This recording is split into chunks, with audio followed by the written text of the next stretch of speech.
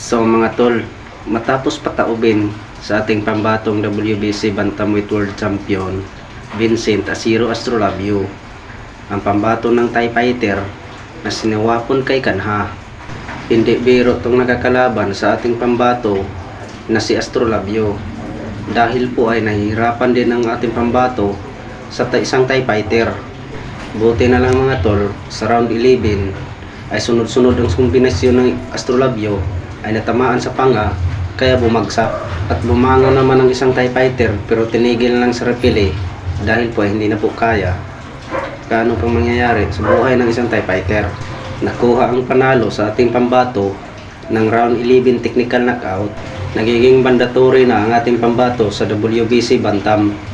Sigurado yan mga tol, makakalaban ang ating pambato na si Astrolabio, yung nagtalo sa ating 4 Division World Champion Nonito Donaire Jr., itong si Alexandro Santiago.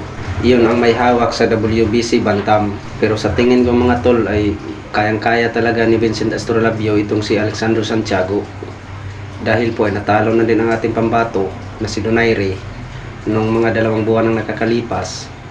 Dahil po ay may edad na din ang ating pambato na si Nonito Donaire Jr.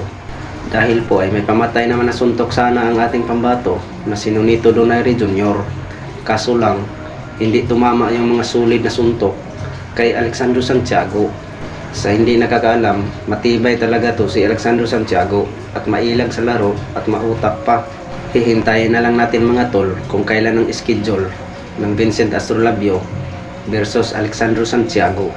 Sa kabilang banda tayo mga tol, ang ating pambatong WBA IBF Super Bantamweight World Champion Marlon Tapales, dahil po ay may paparating na laban ngayong buwan na December.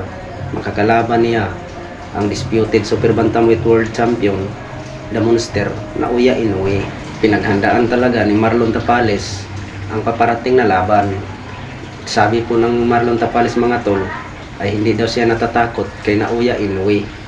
Sabi niya mga tol ay mas malakas pa daw yung nakakalaban niya na si Muradjon Akmadaliid.